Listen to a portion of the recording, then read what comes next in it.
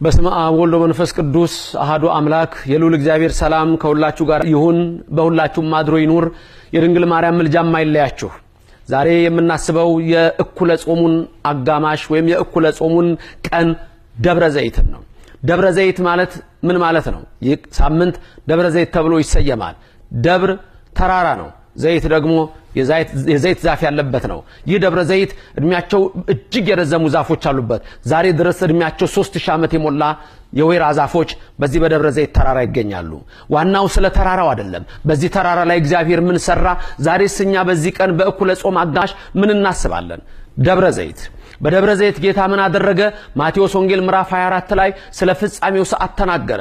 የመምጣቱን ምልክት ነገረን። ምን ያህል እንሆ ዘመን ይሄ ምድር እንሆ እግዚአብሔርን ሳያምን እንደሚኖርና እንደገና ፍጻሜ ላይ ጌታ በክብር በደመና በመላእክት ታጅቦ እንደሚመጣና በዚህ ምድር ላይ ፍርድ እንደሚሰጥ ደቀ መዛሙርቱ ለብቻው በደብረ ዘይት ተራራ ጠየቁት ይላል።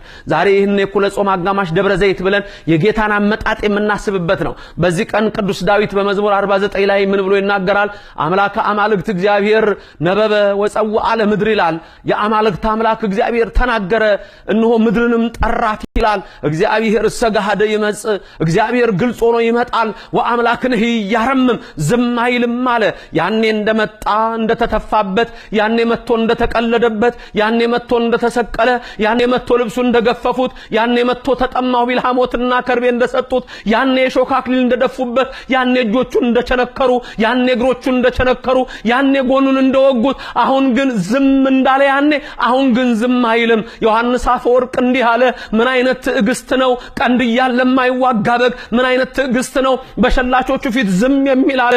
ነብዩ ኢሳይያስም ተነበየ፣ እንዲህም ብሎ ተናገረ በትንቢቱ ምዕራፍ 53 ላይ ከትውልዱ ማን ያስተዋለው?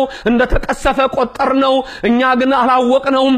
እሱ ግን ስለ ሁላችን መተላለፍ ቆሰለ፣ እኛ ተቅበዝብዘን ነበረ። በሱ መገረፍ በሱ ቁስል እኛ ተፈወስን። ይሄን ግን ከትውልዱ ማን አስተዋለ እያለ ተናገረ። አዎ እርሱ በቀራንዮ አደባባይ የተሰቀለው የአማልክት አምላክ እግዚአብሔር ኢየሱስ ክርስቶስ ነበረ። እሱ እነሆ ያኔ ዝም እንዳለ አለ። አሁን ሲናገር ዳዊት ወአምላክንህ ያረምም ዝም አይልም፣ ለፍርድ ይመጣል። ዝም አይልም ማለት ነው ጻድቃንን በቀኙ ኃጥአንን በግራ ያቆምና ዝም አይልም። በቀኝ ያሉት እናንተ አባቴ ብሩካን ይላል። ኑ ሀቤ ብሩካኑ ለአቡዬ። በግራ ያሉትን ምን ይላል? ሁሩ እምኔ ከኔ ወግዱ ይላቸዋል። ዝም አይልም። ደብረ ዘይት የጌታን መምጣት የምናስብበት ይህ የጾሙ እኩሌታ ነው። የጾሙ አጋማሽ ነው። ይህ ሰዓት በደብረ ዘይት ተራራ ጌታ የተናገረው የሚፈጸምበት ነው። ዛሬ ምድራችን ረክሳለች፣ ምድራችን ቆሽሻለች፣ ምድራችን አድፋለች። በዚህ ሰዓት ዮሐንስ በራእዩ ይገልጸዋል። ያኔ በዳንኤል የመጽሐፉን ቃል ትንቢቱን ዝጋው አትመው ያለውን ለዮሐንስ ደግሞ ለባለ ራእዩ ምን ይለዋል?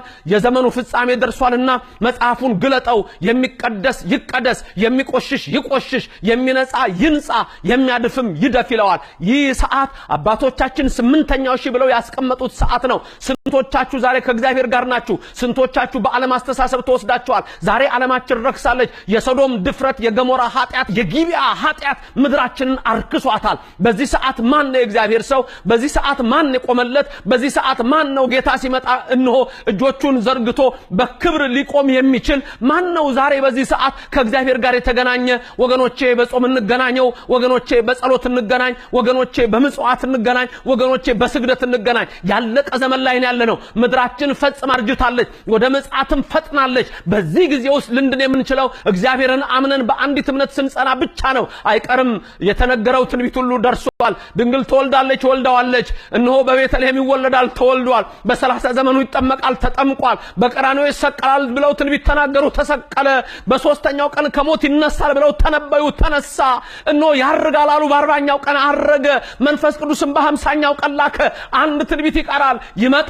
አዎ ይመጣል። ምድር ትቀልጣለች። አዎ ይመጣል። የደብረ ዘይት ተራራ ይሰነጠቃል። ነብዩ ዘካርያስ ስለ ደብረ ዘይት ተራራ ሲናገር በትንቢት ምዕራፍ 14 ላይ ምን ብሎ ተናገረ? እግዚአብሔር አምላክ አማልክት ይመጣል አለ። የአማልክት አምላክ ይገለጣል። በደብረ ዘይት ተራራ ይቆማል። የደብረ ዘይት ተራራ እኩል ይከፈላል። አንዱ ወደ ምስራቅ፣ አንዱ ወደ ምዕራብ። በዛ ሰዓት ጨለማም አይባልም፣ ብርሃንም አይባልም። አስደንጋጭ ቀን ነው። ይህ የሚታሰበው በ5ኛው ሳምንት የደብረ ዘይት ዕለት ነው። ከኃጢአት ነስተን የበደለ ክሶ ልቡን እንሆ ከእግዚአብሔር ጋር አገናኝቶ የዓለምን አስረሽ ምቹ ንቆ ከዓለም ርኩሰት አምልጦ እንሆ እንደሎጥ የሚያመልጥ እንደኖህ መርከብ የሚሰራ አው እግዚአብሔር የሚጠራው እርሱንም ያዘጋጀ እግዚአብሔር በደብረ ዘይት ተራራ ሲመጣ ዝም አይልምና የአባቴ ብሩካን አንተ የአባቴ ብሩክ አንቺ የአባቴ ብሩክ ተብሎ ይጠራሃል ይጠራሻል በቀኙ ለመቆም ያብቃን ዋለ ጾማችን ያስፈጽመን አሜን ክብርና ምስጋና ለሥላሴ ይሁን